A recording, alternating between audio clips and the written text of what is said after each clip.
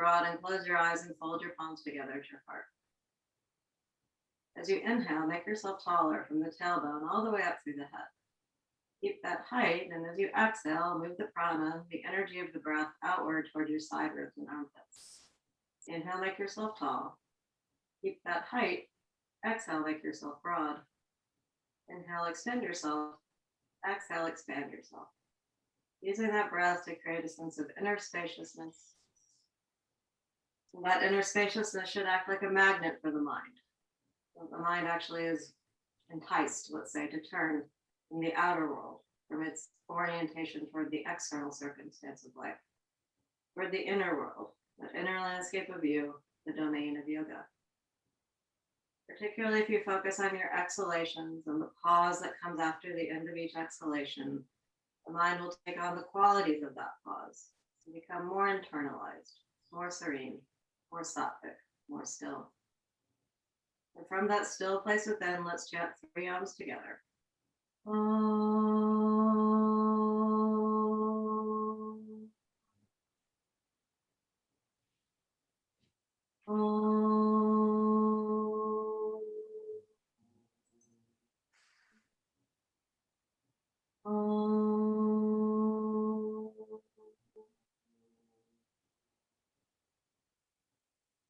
Follow that sound with your mind. Follow the reverberation of the sound with your mind. And from that space, inhale once more. Keeping your chest well lifted and broad, bring your chin down to your chest and your hands down to your thighs with your palms up. And then raise your head and open your eyes. Go ahead and stretch your arms out in front of you and interlace your fingers well. Keep your elbows as straight as you can as you turn the thumbs toward the screen, getting those wrists to open a little bit, and reach your arms all the way up above your head. Press the feet down, energetically lift the ankles up. Continue that lift all the way up through the side ribs and armpits. Reach up one more time, but make sure you're letting your trapezius release away from the neck. Flip your fingers the opposite way so that the knuckles go up toward the ceiling. And then place your hands back behind you in your head and pull your elbows in close like you're getting ready to do Virasana.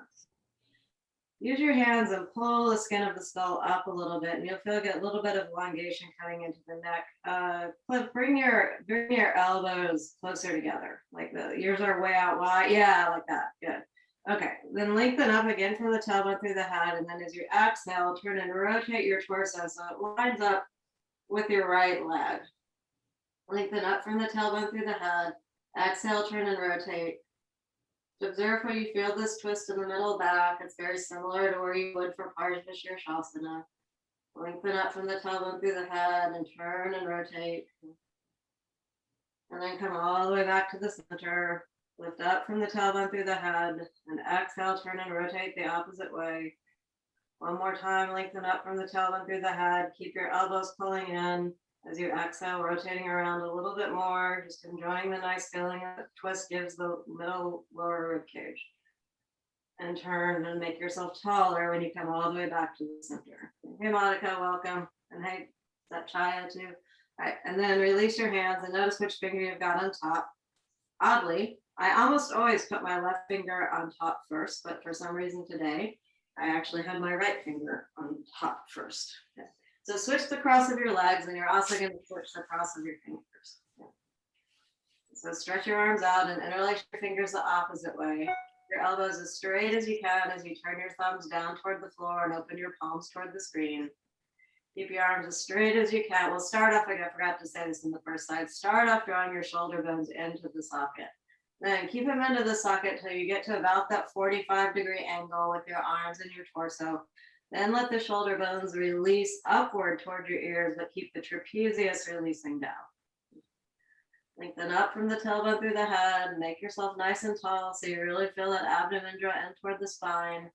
Flip your fingers the opposite way so that the knuckles go up toward the ceiling. Keep letting the trapezius release as you bring your hands back behind your head and pull your elbows in close.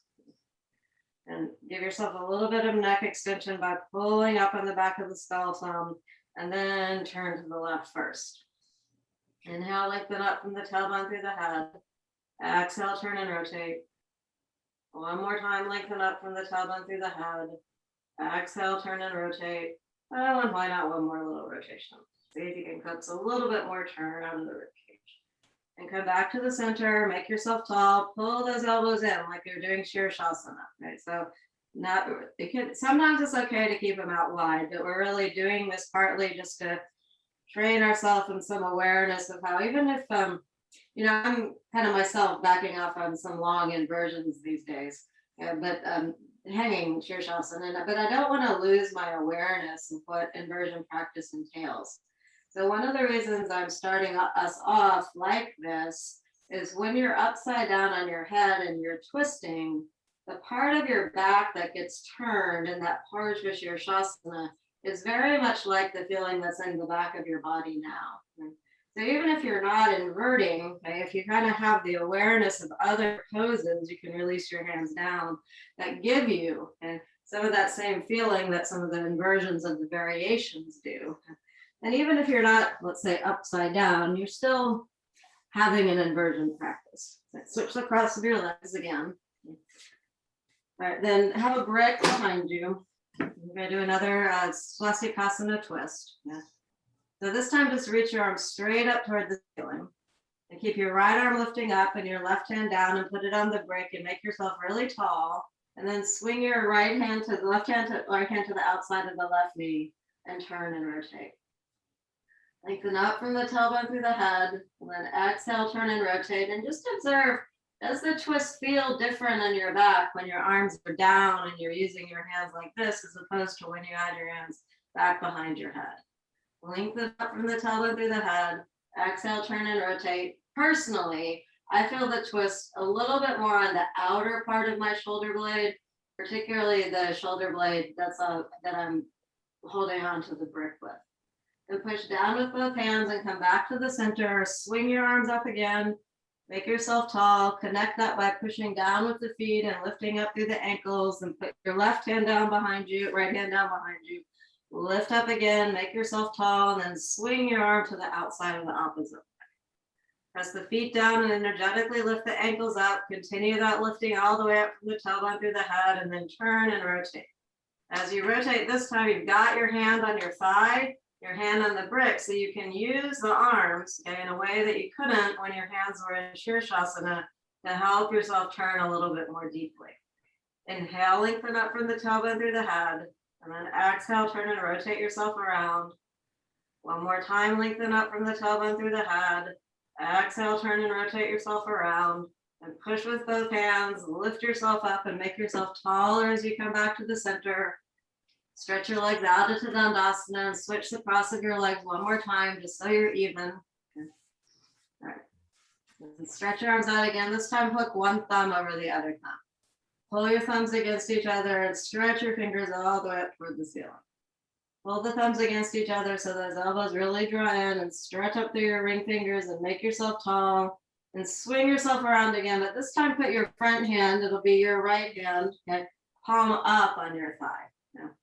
And just changing that position of where the hand is also affects the twist slightly differently. So when I had my palm down, I felt more of the twist on my right shoulder blade, but it'd be your left. When I turn my palm up, where I feel the twist actually goes to the opposite shoulder blade, the shoulder blade of the palm up hand. Okay. Lengthen up from the tailbone through the head.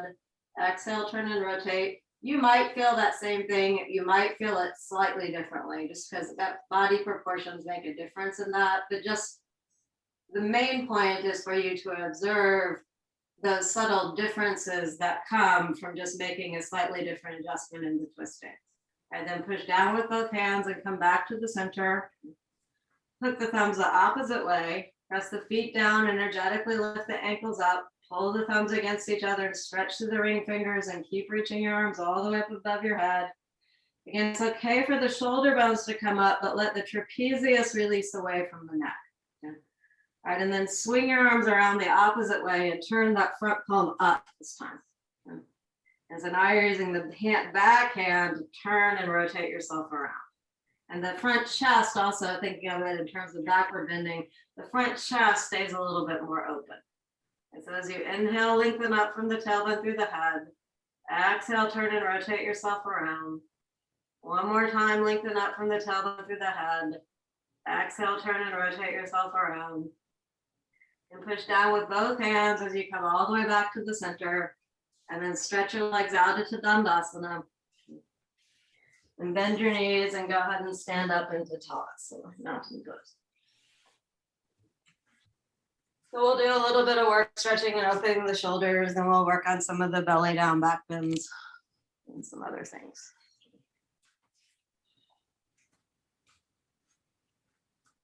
Okay, so Tadasana even itself, right, is a back bend, okay? Or it has elements of back bending. So when you're standing in Tadasana, most back bends have the internal rotation of the thighs. Okay? Most belly down back bends, the large majority of them, your legs should be together. Harder to do when you're on the floor, but Tadasana too, you have your legs together. Okay? So lift your quadriceps, lift your inner thighs, move your buttocks toward the heels, and then there's that turn of the thigh from the inside out from the front perspective. Now lengthen up through the sides of your ribs, roll the shoulder bones back, bring the shoulder blades in, away from the neck and into the center of the body and up a little bit, and feel how that chest gets nice and well lifted. And then just stretch your arms at your sides and stretch through your ring fingers. But really right now, you're basically, particularly like if you were to come up onto your toes, you basically are doing Shalavasana. Okay, just it would be a little bit more of a back arch, right? And then lower yourself down. Okay. Stretch your arms out in front of you and interlace your fingers again. Okay. And try and keep your elbows as straight as possible as you turn your thumbs down toward the floor. Again, that prepares the wrist to do Sarvangasana 2. Speaking of back bends, it would also help open the wrist for Virasana. Suck your shoulder bones in and keep them in until you get to that 45-degree angle. And then let them release up, but let your trapezius release away from your neck. And pull the little finger down more toward the floor if you can, and that'll help the trapezius release. Reach up one more time. Notice now which finger you've got on top. Bring your arms down. We're going to do behind the back, and then we'll do above the head again. So I've got my left finger on top. So when I put my hands behind my back, I still have my left finger on top. Okay. All right, keep working your legs in preparation for the backward bends. Lengthen up through the side ribs and roll the shoulder bones back. Shoulder blades in, away from the neck and into the center of the body and up a little bit. Then straighten your arms. Then imagine someone's pulling your wrists back behind you. Then if you can, join your palms, great. Okay. Squeeze the fingers together against the back of the palm. And then can you keep your fingers interlaced at the knuckles? Let's stretch the fingers themselves out and feel how that brings the outer shoulder blades in even a little bit more. Oh, very nice opening in the chest, everyone. Okay, then notice again, it's my left finger's on top, so just release your hands back down and come into Tadasana. Stretch your arms out again and interlace your fingers the opposite way. Again, keep your elbows as straight as you can as you turn your thumbs down toward the floor. Re-straighten your elbows and suck your shoulder bones in. And keep them in until you're about at that 45-degree angle. Then it's just a very fluid release. Okay? They start in on the socket, but then as you lift up, the shoulder bones rise, but the trapezius releases down. Okay?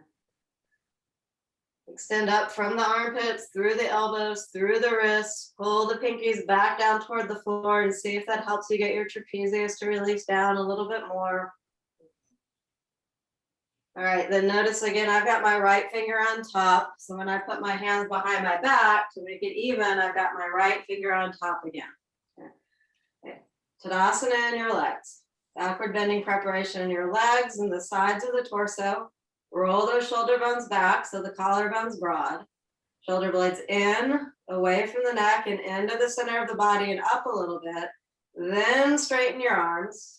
Imagine someone's got hold of your wrists and they're pulling your wrist back behind you. So you get lots of nice backward bend separation between the chest moving forward and the arms moving back. If you can squeeze your palms together, great. If you can't, can you at least increase the pressure that your fingers are providing on the top of the palm? Then keep the knuckles, get the base of the knuckles together, but then stretch your fingers out straight. And feel how that brings the outer shoulder blades in just a little bit more. And then release, stretch your arms up, and release and bring your arms down. So if you look at this sequence in Led and Yoga, It also adds a lot of new seated bending leg things, but it also has Gamokasana. So, 22, and he's probably talking about the full pose, but we'll just do Gamokasana arms. 22 weeks in, okay, before he actually adds Gamokasana work into our consideration of the poses. So go ahead and get a strap and make a little loop with your strap. And Gamokasana very much relates to the up arm. Okay? It relates to Dvipada Viparita Dandasana kind of back bends. Okay? The bottom arm a little bit less so, okay? But it does help get the chest open. Okay, so start off with the strap in your left hand and hold on to the belt. Okay? And reach your arms up, turn your bicep from the outside in and bend your elbow. So see, I've got the strap and I'm holding on to the loop of the strap with my fingers. Okay? And then I've got the tail of the strap that I'm holding onto with my left hand. Okay? Then the trick of this pose is you got to keep your bicep turning from the outside in. Your shoulder bone lifts and opens, but the trapezius has to release away from the neck. And then you can actually use some momentum or some pulling on the strap to try and coax a little bit more opening out of your armpit. Now, as you do that, you want to make sure that you're drawing your abdomen in toward the spine so that the ribs don't poke forward as you're trying to open the armpit a little bit more. All right, then when you got your arm back there, can you then just sneak your left hand up, hold on to the strap, and bring the left hand into Gamokasana. Now, when your left hand or your bottom hand is in Gamokasana, okay, press that. This is backward bending too. Okay, lengthen up through the armpit. Press the hand that's on your back into the back and roll that shoulder back. Okay. So now the bottom arm is also participating in some backward bending actions. Then just let go of your strap and then swing your other arm around and see if you can sneak that arm up into Paschima Namaste. Okay. Lengthen up through the armpits, roll the shoulder bones back, nice Karen, extend from the elbows through the wrist bones and really feel how much that collarbone opens. All right, and then release. Stretch your arms all the way up into Urdhva Hastasana and see if you can feel a bit of a difference in the freedom of the arm to move, and then switch hands with the strap. Okay, so now the strap's in my left hand, but it's whatever side you didn't do. Okay, turn the palm up toward the ceiling. Okay. And then when you reach the arm up, the palm will be back toward the wall behind you. Okay. Then bend the elbow, and you can even though you're holding on, kind of pat yourself on the shoulder blade. Then make sure that the bicep and the arm stays close to your head. Bicep turns from the outside in. Okay, now it's up to you how hard you want to pull back, or if you want to work with some pumping motions and use a little bit of motion to open the shoulders. Or maybe you just don't want to do any of that at all. Maybe it's enough for you just to bring your arm into that particular position. Okay? And it can be really an effective way of working to work with this motion of the strap. Good.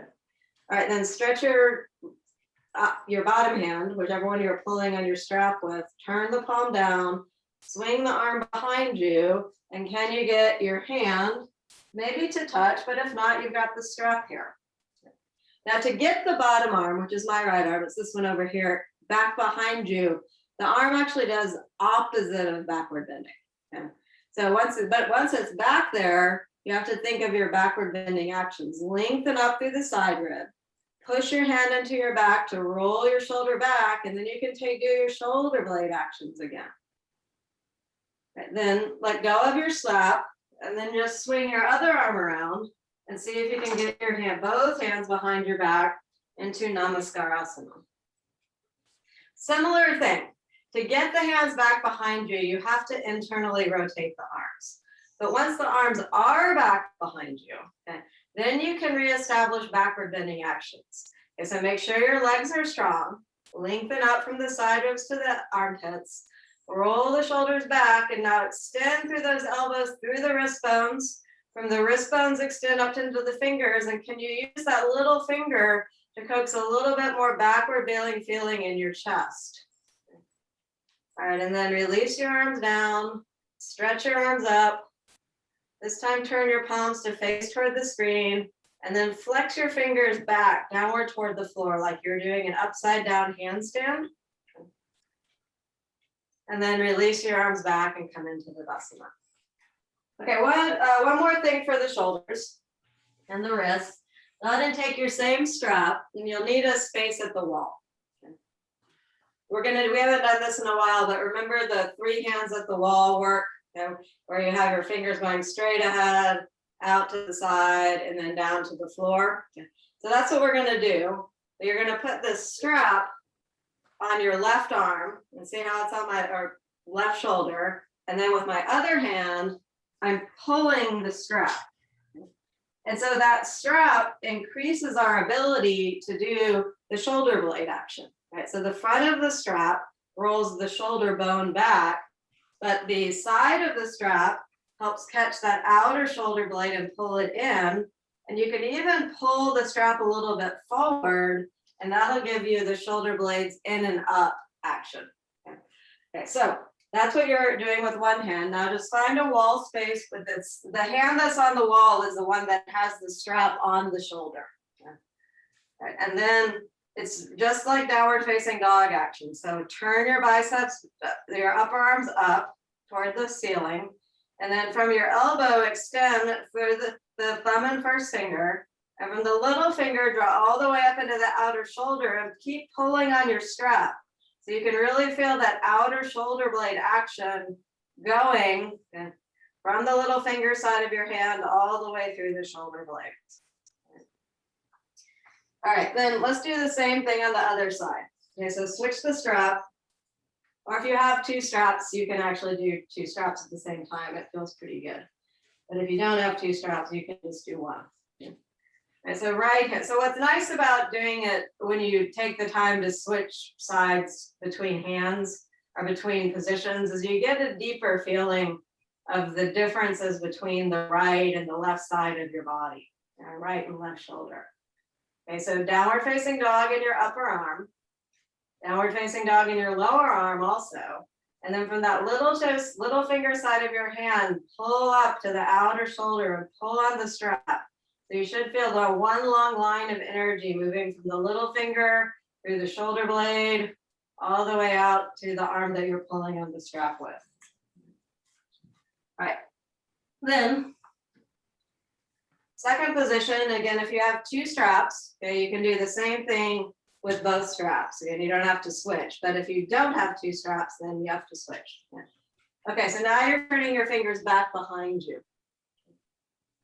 All right. Now, when your fingers are back behind you like this, it's a lot easier to get the rotation of the upper arm. You have to push a little harder with the thumb and the first finger side of your hand. And I also find it easier to feel that shoulder blade action here as well. Oh, it feels really good. All right, 4th side. Bring your fingers back behind you. Pull on your strap. Upper arms doing downward facing dog. You have to press through the thumb and the first finger side of your hand. Turn and rotate. It feels great. Okay. Hopefully you're not getting dizzy by turning so much. Okay. 5th side. Now this is the one where you turn your fingers all the way down. Because now your fingers are going all the way downward toward the floor. Pull on your finger, pull on that strap, and really pull that outer shoulder blade in. Oh, it feels great. All right, same thing to the 2nd side, or 6th side. 3 hands at the wall, 6 turns of the body. And then pull. I have not been doing this regularly, and I can tell. Get it back in the daily regime. All right, then after having done 3 hands at the wall pose, bend your knees, put your hands down on the floor, and walk back into downward facing dog. Spread your palms well, pull the thighs back, feel the nice opening in the armpits and the shoulder blades that come from having done all that nice shoulder work. Then come up onto the balls of the feet, lift your quadriceps even more, Roll over the balls of the feet, reach back through the arches, back from the front heel to the back heel, and stretch your heels backward toward the floor as much as you can. Then bring your feet together. Squeeze your legs together, come forward into plank pose. So your shoulders are right over your wrists. Look forward, do your shoulder blade actions, draw your abdomen in toward the spine, and then lower yourself down. Maybe you can hover in Chaturanga, or maybe you just need to come all the way down to the floor. Kind of snuck that one in there on your hook. Okay, so Chaturanga is, also a back bend. So the back bends that he does this week, just in this part of the pose, there's some a little bit later on too, are Shalabhasana, Virasana, Chaturanga, Bhujangasana 1, Urdhva Mukha, and Adho Mukha Shavasana. Okay, so Shalabhasana, you're down on your abdomen. Remember what I was saying about Tadasana and helping you with these belly down back bends. And so can you get your legs together? Extend through the shin bones. Press your feet down into the floor. And when you really straighten your legs, your knees will actually come a little bit off the floor. Alrighty, then reach your arms back behind you. Roll the shoulders back. Look forward. Do your shoulder blade actions. And then keep your legs as straight as you can, but lift your legs off the floor. And then extend from the tailbone through the head as you reach back with your arms. And then lower yourself down and take a little breather in Shavasana, and from prone Shavasana. Now you should have your straps still handy. Okay, so there are a couple of really easy prompt things to do that make Shalavasana even more fun. I've still got my loop of my strap. So you can belt your arms. Okay, so if you have your strap loop, put it on your wrists. And you still got to do your leg actions. And then push your wrists, reach back with your fingers, but push your wrists against the strap. Then lift your legs up. And imagine that and then reach back through the strap and through the fingers as well. And so that strap just helps you get a little bit more engagement in the shoulder blades and more opening in the chest. And then release from the strap and come all the way down. Then bend your knees and roll up for a second. Now, if you have two straps, you could belt both your legs and the arms, but I'm just gonna belt the legs now. So when you use Shalabhasana for your leg action, try and belt at the thicker part of your calf, so the belt is gonna keep your legs together. And you can actually, even if you just have one strap, you can actually use the strap as a kind of tail. And so kind of just thread it through, and then I can walk back on the strap, lift my legs up, and come into Shalavasana, just using one strap to help my arm action, my shoulder blade action, and also to help my leg action. So Shalavasana.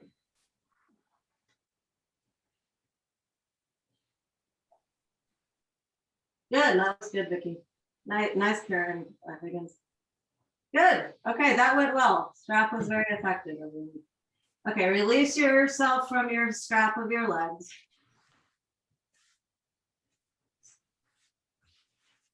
And then turn your toes under. Make sure you spread your palms well. And then push yourself back into another Adho Mukha Shavasana, downward facing dog. Just see, can you observe any difference in this downward facing dog after having done 3 Shalavasanas? I am noticing that my palms are more set on the floor and my thoracic spine is more in. And walk your feet together. Come forward into plank and look forward so that thoracic spine comes in. Squeeze your legs together, extend back through the heels, and lower yourself down, either hovering in Chaturanga, or maybe you have to come all the way down. All right. So the next one is Dhanurasana. So that's what with bent legs. So we did a straight leg one, and now we're doing a bent leg one. All right, so bend both of your legs back behind you. Lift your chest up and see if you can get both feet at the same time. If you can't, you can't. Yeah. But just give it a go. And even if you have to get one first. Yeah. So now you got your legs to help pull the upper arms back more. Yeah. So push your feet into your hands even more and feel the shoulder blades come in. Then lift your legs up. Engage your hamstrings and buttocks and pull with your hands and your feet against each other and lift yourself more up into Virasana.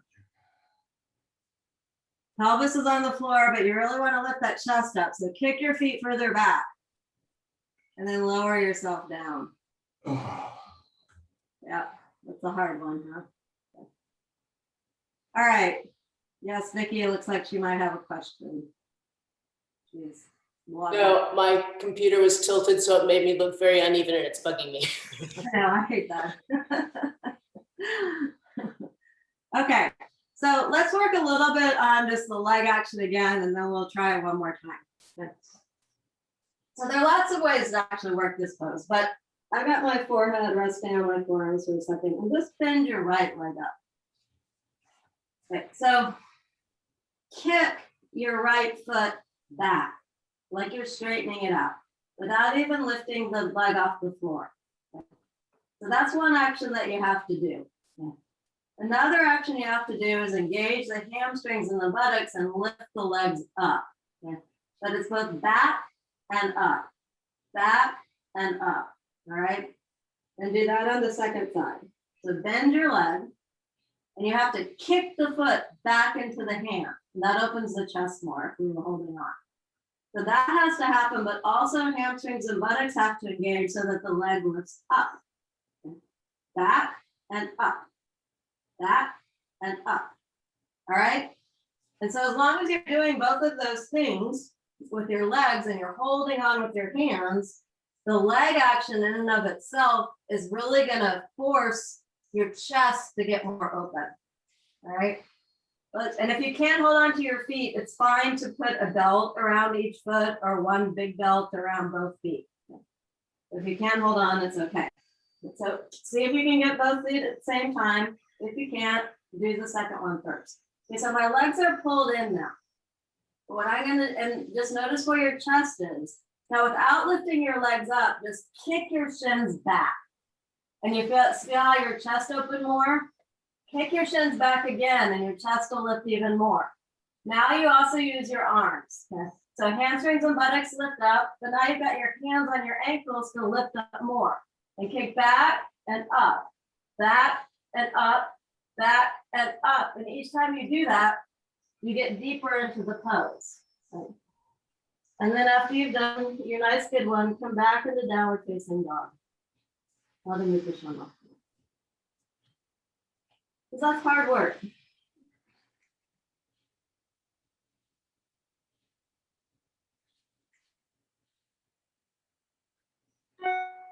Guess what's coming?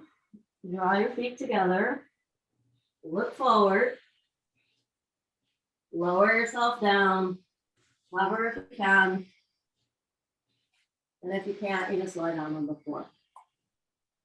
Okay. So that's the pose. Chaturanga Tadasana is actually next in the sequence. So you can think about this in terms of what the arms are doing. Right? So we had Shalavasana, the arms are back behind you. Virasana, the arms are back behind you. And it's easier to get the chest open when your arms are back behind you, in general. Now, Chaturanga, you aren't bending very much, okay? But now you have the pose where your arms are in front of you and they're pressing down into the floor. Right? But pull your shoulder bones back, look forward, do your shoulder blade actions, turn your toes under, and make your legs as strong as you can. Okay? Draw your abdomen in toward the spine, and then you just exhale, lift yourself up, and hover. Okay? And if you don't get off the floor, it's okay. You're still doing the actions. And just let yourself rest. Buttocks a little bit lower. Okay? And then lower down. Here in Higgins. Okay? really the trick of it really is to do all of the actions before you actually try to push yourself up. Okay? So if your legs are working as hard as they can, your hands are pushing down, you're looking forward with your head, and then when you exhale and draw that abdomen in toward the spine, there's really very little to do except just a little more force and a little bit more sustaining of the action that's already there. Okay, so let's try it one more time. So hands are kind of in line with your breasts. Roll the shoulders back. And even look at that. When you roll your shoulders back, your chest is coming off the floor. And you look forward, your thoracic spine is in. Now push your hands down without lifting up. Turn your toes under. Squeeze your legs together. Move your buttocks toward your heels and extend back through the heels. Now as you exhale, just push down with your hands and down with your toes and hover. Yeah, that's it. Good. And then release and come down. Much better, Karen Higgins. Good job. I will not make you do a downward facing dog after that one. Okay, so the next one is Bhujangasana. Okay, so the hands are more or less in the same place. Your legs don't have to go off the ground, but you can think of Bhujangasana as being just like an extension of Chaturanga where you add the backward bending in your spine. Right? Okay, so now your legs are together again like Shalabhasana, except they'll stay on the floor. Move your fingers back around where your shoulder is. And buttocks move toward, legs still have to work though. Okay, so even though you're not doing Chaturanga, all the muscles of your legs should be engaged. Okay. And then you just push your hands down and forward, look up a little bit, and you can push up as much as you want to, as long as your shoulders are coming back, as long as your shoulder blades are in, but your pelvis and Bhujangasana is still on the floor. All right. And then in Urdhva Mukha Svanasana, then your arms are straight and your pelvis is off the floor. So we're going to go Bhujangasana to Urdhva Mukha Svanasana, Urdhva Mukha Svanasana to Adho Mukha Svanasana, and then we'll probably add in a Chaturanga, and we'll probably do that twice. Okay, so start off in Bhujangasana. Roll your shoulders back and use your hands to push yourself up. Really stretch through your legs. The legs are still on the floor, but they're straight and working and active. Now move your hands a little further back towards your ribs and use your hands and push yourself up into Urdhva Mukha Svanasana. So now everything except the feet and the hands are off of the floor. Then turn your toes under, push back into downward facing dog. Come forward into plank, look forward, lower your heels down, and here you are back. Sorry, lower your abdomen down, fuck your heels. And here you are back on the floor. That was fun. Let's do it again. Okay, so you've got Bhujangasana, extending that torso, extending the spine, walk your hands a little further back, push up into Urdhva Mukha Svanasana and feel how much more back bend you can get. Then Urdhva Mukha to Adho Mukha Svanasana. Adho Mukha Svanasana, legs together, plank, look forward, Chaturanga Dandasana, and hover. Lower yourself down. Okay, so those are the belly down back bends. Okay, those are the first back bends that Mr. Iyengar uses in these back of the book sequences, and he uses them for quite some time. We're on week 22 through 25. He actually doesn't introduce Urdhva Dhanurasana until like week 45. Okay. And then what's interesting about this sequence, I think I might have been teaching that earlier, is they have some forward bends, but the belly down back bends really teach the concave stage of the forward bends. But he does add some other things in this week that are similar to backward bendings. We already talked about Gamokasana. But then he has Supta Virasana, Paryankasana, and Ustrasana. Okay. So let's set up for a Supta Virasana. Okay. If you want to do it flat on the floor, you can. I'm not going to. I'm going to use a bolster. He also has Virasana.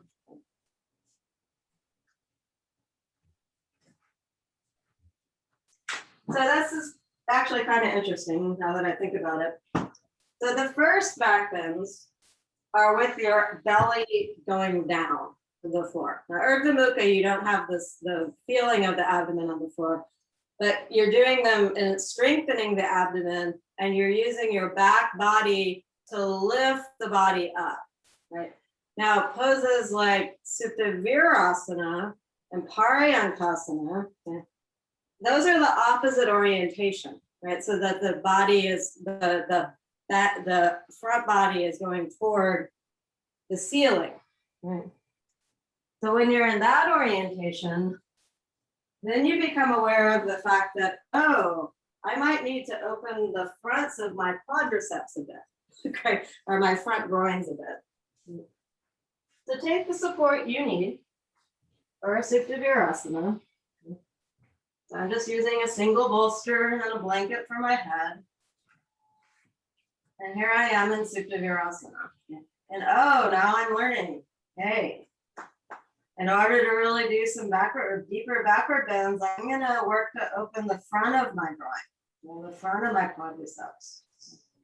And you can squeeze your bolster with your arms, and that'll give you your shoulder blade actions. And because we're using the bolster, you've got the lift and opening of the chest that's here. And so here you are in Supta Virasana. Sometimes it doesn't come right away, though it's actually coming pretty well, I have to say, for me after the belly down backward and work and do leg work. So sometimes you have to come out of Supta Virasana, reset it, maybe get yourself a little bit more height. Right? All of those things are things that can definitely need to occur. You can also think way down the road, for other backward bending poses, like Gamokasana, right? Really needs a lot of opening in the quadriceps.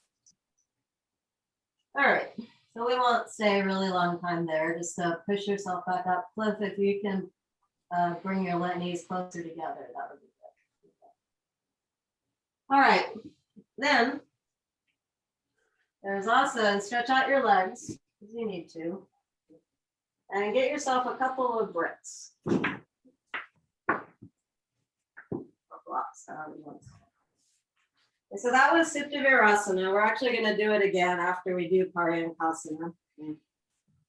But we're going to do brick Paryankasana. So when we're in Supta Virasana, the buttocks, you're really on the fleshy part of your buttocks between your legs, and your buttock flesh is moving toward the back of your knees. When you're in Paryankasana, the orientation of the pelvis is a little bit different. Okay. So for Paryankasana, you're actually more on your sitting bones, okay? And the pelvis is more, let's say, vertical, and not quite in Virasana, but pretty vertical. And then I just have a brick for my thoracic spine, and I also have a brick for my head. So think back now that if you're in here, back to Tadasana, you've still got the inner thigh turning in, and this one really lets the groin release downward, so that you get depth in the groin. Supta Virasana, you get more length, or verticality in the groin. If you can really turn those thighs in and descend that groin down toward the floor, that's the depth of Paryankasana. We're going to go back to Supta Virasana in a second, and you're going to feel length in the groin. And you need both of those, particularly to do some of the more complicated back bends. And spread your palms well, turn your toes under, and push yourself back into a downward facing dog just to open the butts of the knees. Feels good. All right, get your Supta Virasana set up again. We're going to do one more Supta Virasana, and then we're going to do another supported Paryankasana. And then we'll try for Paryankasana with less support and see how all that goes. Okay, now Supta Virasana, again, the buttocks are moving toward the back of the knees. So the fleshy part of your buttocks is what's supposed to, yep. You're not able to do the back bend without any support. That's okay.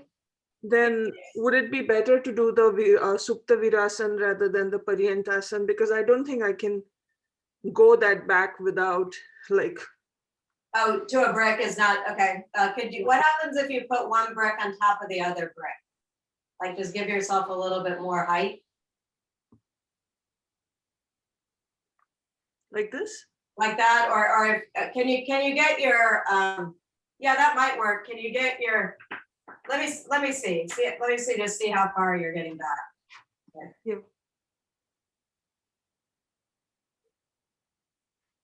I'm not getting far at all. Okay, I see. Okay, that's not bad. That's okay. Oh, that's about it. It's not comfortable. You could, I know what you need to do. Okay. Here's another way to support Paryantasana.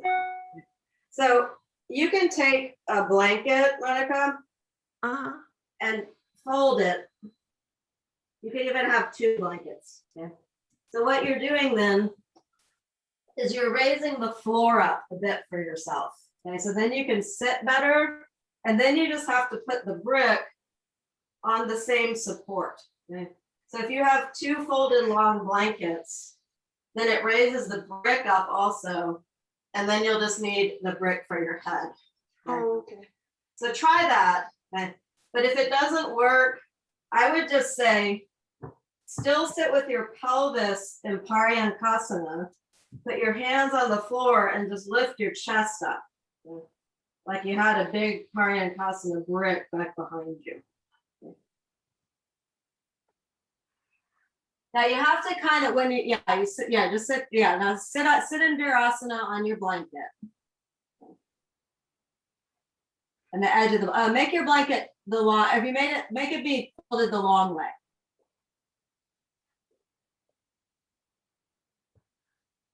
Yeah, like that. And then you're gonna sit at the very, very edge of the blanket, like the front edge of the blanket. So scoot forward, scoot forward towards your knee side, Monica. Mm-hmm. Okay, you're on your buttock side.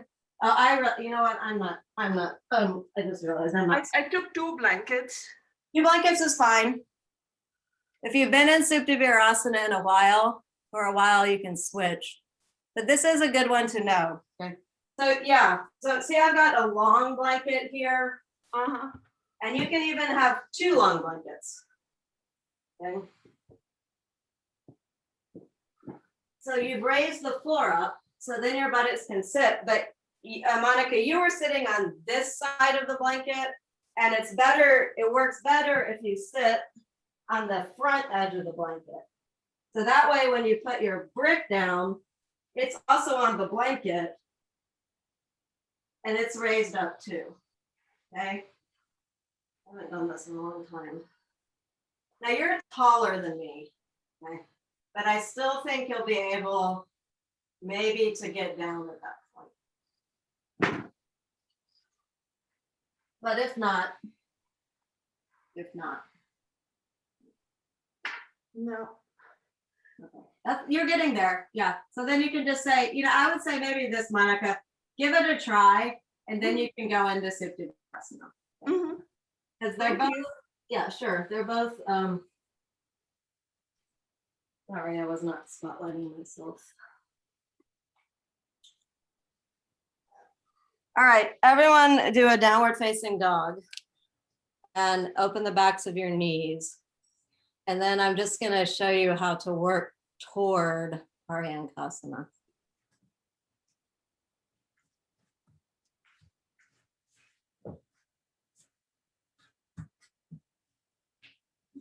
Good. Oh, I have another one that works as a nice Paryantasana too. That might work really well for you, Monica. I have it. Yeah, but you're getting there. That's it. Just make sure your bricks don't fall. Okay, here's another Paryantasana before we try unsupported Paryantasana. It's really lovely. But you need 2 bolsters. Or if you don't have 2 bolsters, you could fold 2 or 3 blankets that same long way that I was showing Monica. And then you have your other bolster that's on top. So you make a cross with your bolsters. Then what's nice about this way of doing Paryankasana, I think this will work even better for you, Monica, is it's easy to sit, right? Because you've raised the floor up with your bolster. And then you can just pull your bolster in and you round yourself over the bolster, and you can still use a brick to support your head. Or see how my head's beginning to go back, and in Paryankasana, you actually eventually are on the crown of your head on the floor. So that might work. Oh, this feels really good. I have not done this in a long time. So then you've got the pelvic position of Paryankasana, okay? But you've got a ton of support. Yeah, that's it, Karen Higgins. There you go. Now you may need to turn your top bolster Chaya up so it's a little taller. See, I had the flat bolster here, and then I pulled it in closer to me, so it's and turned it up one, so it's a little bit higher. Or you might even need to put another blanket on top of that bolster. Yeah, that's it, Marsha. Good. And again, if you don't have two bolsters, the bottom bolster, you just make a makeshift bolster out of 2 or 3 vertical folded bricks. You know, this feels fantastic. I'm so glad I remembered this. Thank you for stopping to ask. Oh, man. So then you can really kind of sort out, oh, my groin is descending. Oh, this bolster is really a nice level of firmness and is really giving me some nice support in the kidney band. And then I can open the throat a little bit more. And then my bolster is almost perfect for supporting the crown of my head. I mean, I can fiddle with it a little bit more. So that is super deluxe Paryankasana. I think I learned that from Devin back in the day. Okay, so that's an option to repeat, okay? But come up, and I'm just gonna show, so some of you may really want to stay there, and that's totally fine, okay? But eventually Paryankasana, you have to take all that support out of the way eventually. You sit on your buttocks, come onto the heels and hold on to the heels with your hands. And then as long as you're holding on with the heels of your hands, there isn't much weight on the neck, okay, or on the top of the head. So I'm okay here, okay? But eventually you fold your hands and your elbows and you bring your arms all the way up above your head. But that, you know, if you're not inverting because of issues of neck, you know, you might not want to go any further than this elbow stage, arching the head back. Because this is not much weight on the head right here at all. Aside from probably one. Okay. So that's full Paryankasana. But you could also stay in supported Paryankasana. Okay? Or you could go back to brick Paryankasana. Okay? So one more Paryankasana of your choice.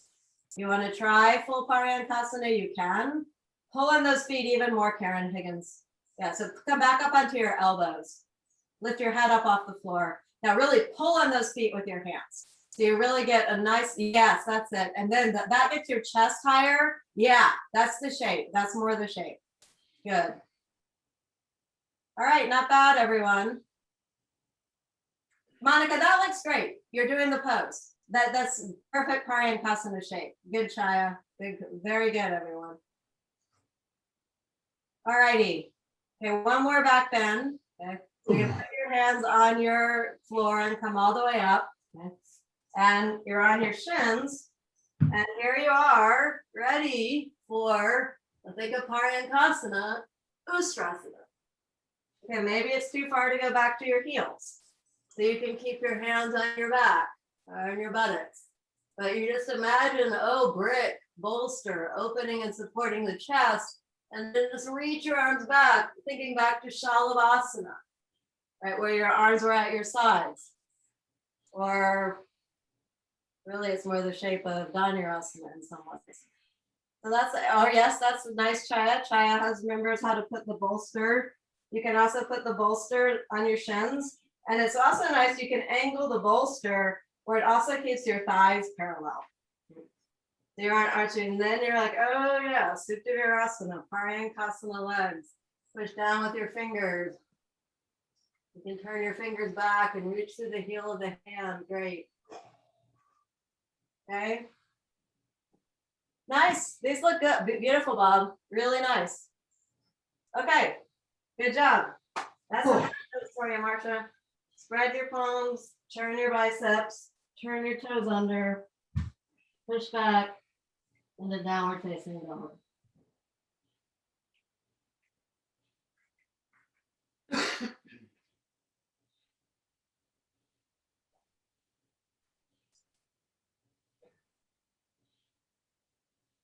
And then walk your hands back to your feet or your feet toward your hands and come up.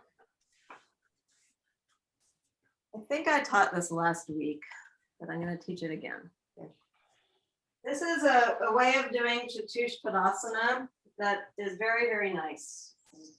It really feels nice on the back of the throat, sides of the throat. You need 2 bricks and 2 blankets. The 2 bricks are for your feet. And you put them on one side of the sticky mat, and then you pull some of the sticky mat over the blankets, over the bricks. So when you do it that way, you're going to be holding on to the mat with your hands. Then you should, maybe, if you made your makeshift bolster already, or what you were using to sit on in Paryankasana, Monica, that is for your shoulders. And the round edge, your head will be here, your shoulders will be here, your buttocks will be here, and your feet are up on the blanket, up on the bricks. Now, the part that's hard is to figure out exactly how far away these blankets need to be. So, for me, I guess I would say the edge of the front edge of the blanket is right, I don't know, it's the distance of my waist, basically. So whatever you think your waist is. So then your head's on the floor, your shoulders are on the blankets, then you can hold on to that sticky mat with your hands, push your feet down into the bricks and lift up. And here you've got that opening in the front groin again. But this is very soft and soothing Jalandhara Bandha on the neck. So it's super deluxe Chaturanga. You may have to come in and out a couple of times to get the distance just right. Yeah. But basically you want your buttocks right up in line with the blocks. Okay? And then your shoulders are on the blanket and your head's on the floor. Okay? And then you just push yourself up. I really like this. And you're in Jalandhara Bandha, okay? But it's a very soft, smooth, stress-free Jalandhara Bandha. And if you could imagine making your neck and your shoulders and your chin feel that nice in shoulder stand, that's really the feeling that you're looking for. You can come in and out a couple of times. You don't have to stay the whole time. Okay, so you can just come down and rest. Tuck your shoulders, maybe rearrange your blankets, whatever you need to do. And then you can go up one more time. Again, it's not that, I like Chaturanga as opposed just fine, okay? But without all the props. But from the perspective of the neck, from the perspective of getting my chest more open, this one gives me the feeling of effortless effort. Yeah. Whereas often Chaturanga is a bit of effort. And then lower yourself down. Roll over to your side. We're going to do a bolster Satubandha. And then you're either going to do shoulder stand or legs up the wall first. Okay. So you got bolster Satubandha, either with 2 bolsters or with bricks for your feet. So here's the bolster. I like 2 bolster just because I like the back of the thighs supported. This particular bolster, my leg bolster, is much lower in my chest bolster, and I happen to have these two blankets here. So I just evened everything out. Then, if you might want a blanket roll for the neck, you're welcome to have that too. And you can also belt your legs, so you can make it as cushy as you want.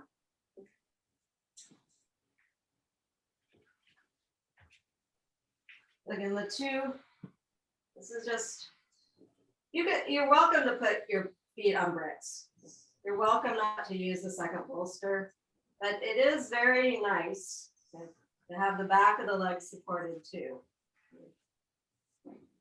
Now, if you're taller than me, again, you may need to add bricks still if you're longer than two bolsters.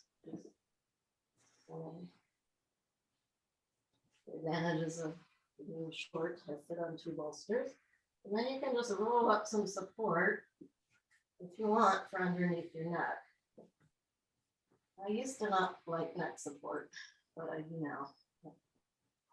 So again, it should feel like the chest should still feel like Virasana. Should still feel like all of the back bones. And now you got your chin coming into your chest. For some reason, my lower back is not feeling quite right now. So I'm going to bend my knees and get that elongation in the lower back. And I've still got the opening in the chest and the shoulders. Readjust my buttocks. And then see, maybe I can stretch my legs out.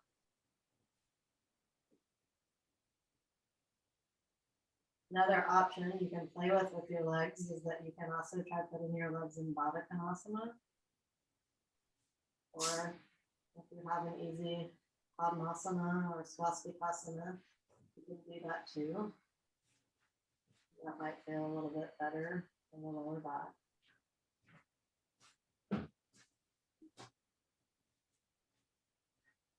But if you can find a way to put this pose in your daily life as part of your inversion practice, maybe do it before a shoulder stand. It also works after shoulder stand. Even, particularly, when even if you're inverting or not inverting, you should still do it. Okay? But particularly if you're not inverting for whatever reason, okay?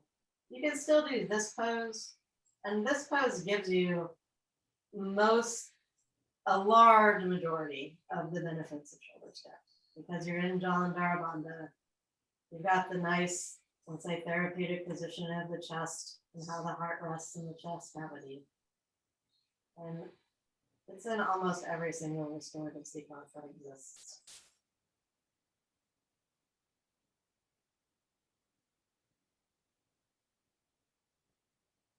Iyengar has called it a boon for humankind.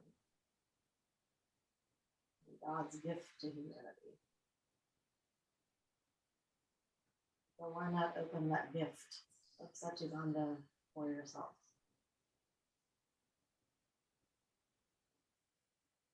You know, cross bolster Satchidananda, you can also do that.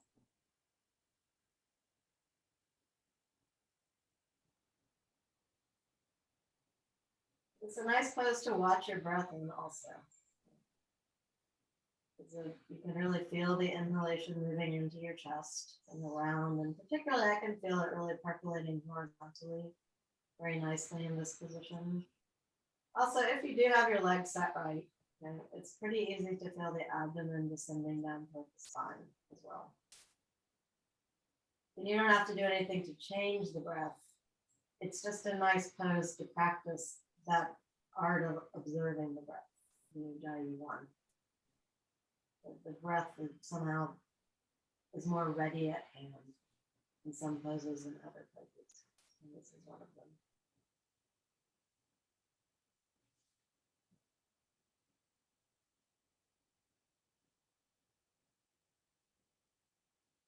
Now, if you have room in the way that your house is set up, again, ideally the best way to come off of the setup is to bend your knees and slide straight off toward your head side. So your back gets kind of pulled, buttocks get pulled, and the lower back feels really nice after you come out of the pose. I personally am not set up for that right now, so it is okay So just slide off your bolster. Bend your knees, but do stay, after you come out of Satyabandha, do stay with your knees bent and your legs flat on the floor for a second. Then move yourself away from your bolsters so that you can cross your right leg over your left leg and do just a nice supine reclined twist. Relieve any tension that may still be in the lower back. And then you can come back up to the center and cross your left leg over your right leg and move your leg over to the opposite side.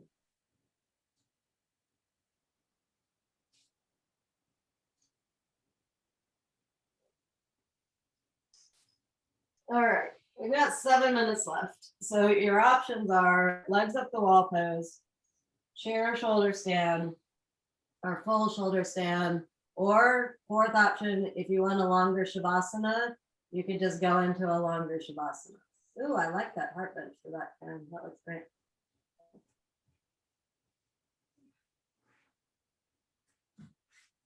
Okay, so full on shoulder stand with all the blankets, legs up the wall pose, either with or without support, chair, shoulder stand, or Shavasana.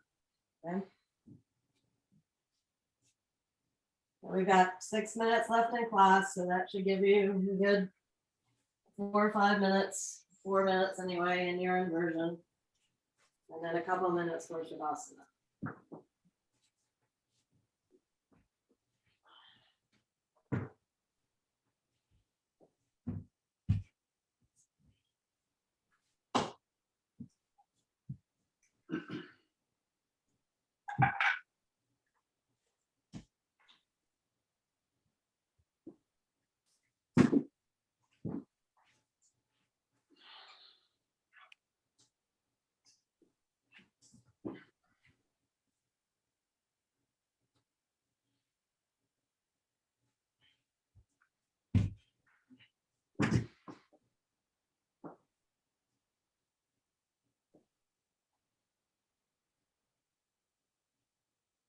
So back bends are very energizing poses.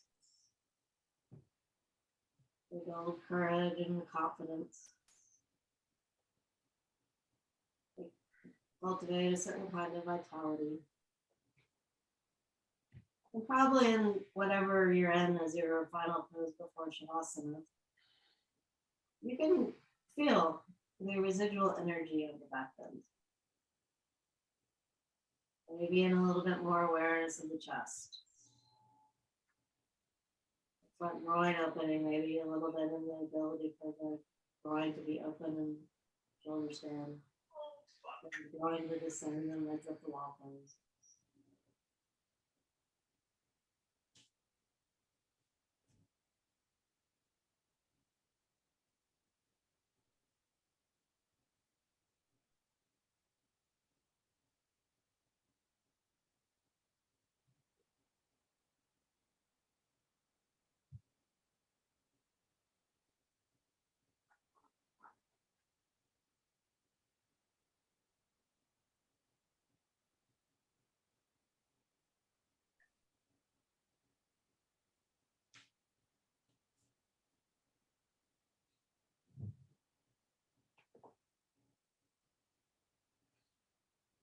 All right, take another minute if you're not already in Shavasana and experience the nice effects of your inverted pose.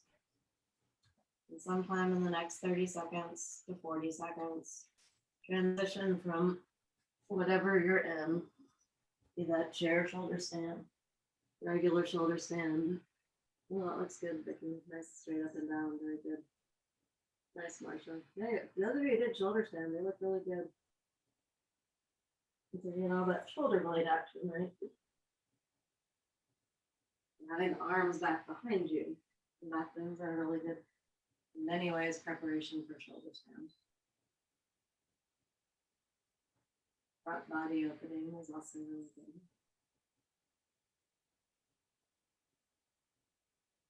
And then just come into Shavasana. You might want something on top of your thighs. That sometimes feels good. After backward bending, you might want something underneath your legs.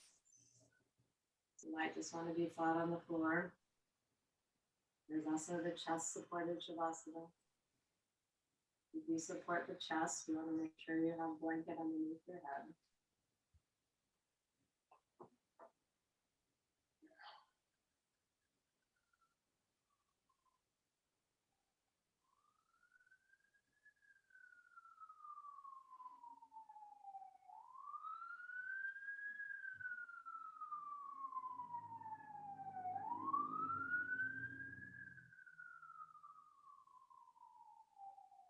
And with your eyes release into the back of your head. Your tongue release away from the roof of your head. And once your jaw, at the back of the throat release, at the sides of the throat release, at the base of the throat release, at your ears dry inward. Become quiet within.